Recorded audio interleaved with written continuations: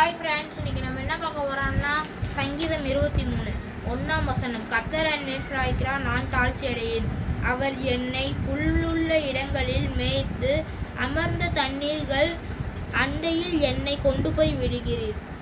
அவர் என் ஆத்துமாவை தேற்றி தம்முடைய நாமத்தின் நிமித்தம் என்னை நீதியின் பாதைகளில் நடத்துகிறார்.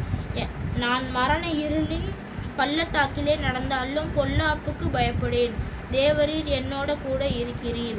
உமது கோலும் உமது தடியும் என்னை தேற்றும். என் சத்துருக்களுக்கு முன்பாக நீர் எனக்கு ஒரு பந்தய ஆயுதப்படுத்தி என் தலையை எண்ணெயால் அபிஷேகம் பண்ணுகிறீர். என் பாத்திரம் நிரம்பி வழிகிறது.